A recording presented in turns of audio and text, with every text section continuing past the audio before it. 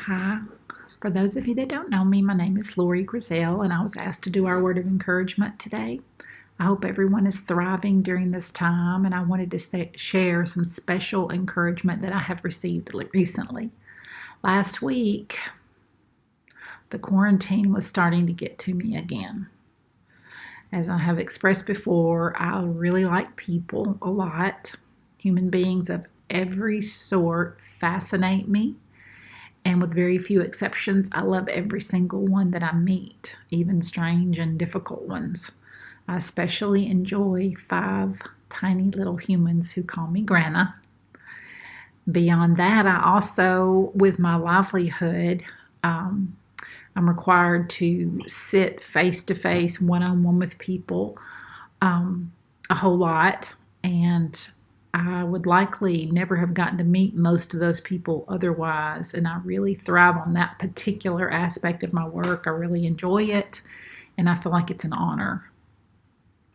I say all that to explain why, because of the social limitations that we're experiencing right now, I'm somebody who is normally a very happy camper. I'm usually pretty even and content and happy.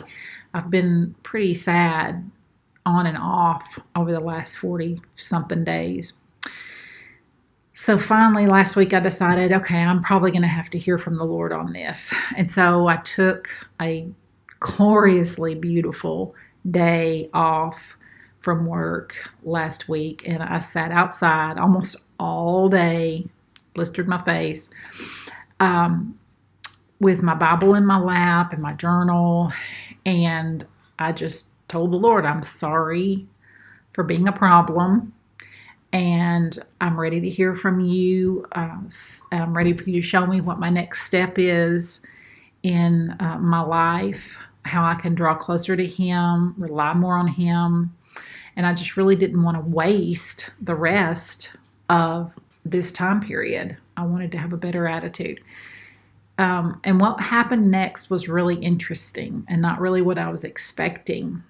Psalm 24:1 says, "The earth is the Lord's and the fullness thereof, the world and they that dwell within." So, sitting out there surrounded by our woods with the birds and the squirrels and the butterflies all around, with the wind and the bright sunlight moving through the trees, I heard the Lord say something. He said, "You do have a future." It wasn't audible, okay, but I heard it. So I picked up my journal and I started writing everything that came to mind as I sat there, surrounded by the beauty of our woods, listening. I wrote down.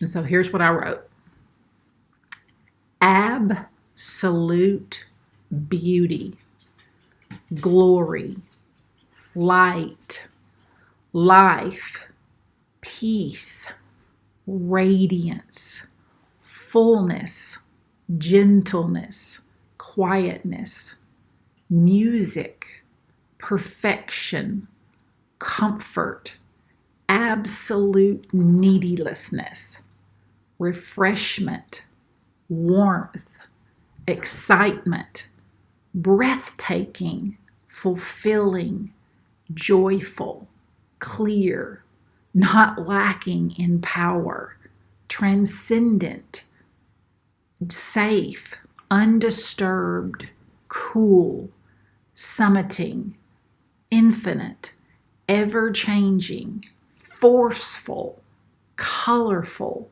moving, glorious, illuminating, and time unsensitive. Isaiah 40, verse 26 says, "Lift up your eyes on high and see who created these.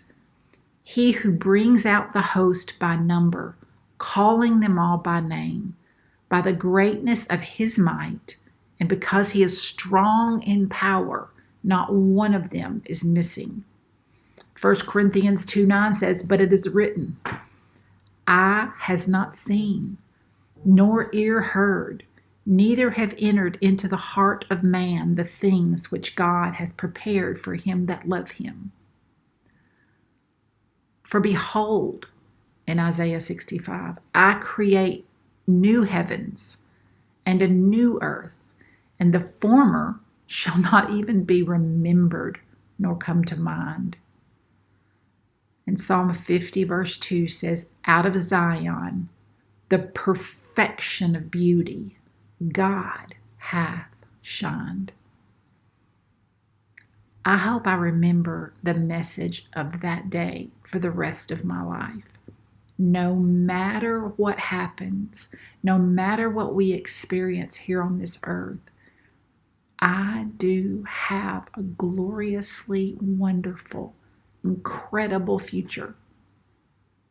And I hope that I have encouraged you today to remember that too. But as it is, they desire a better country, that is, a heavenly one. Therefore, God is not ashamed to be called their God, for he has prepared for them a city.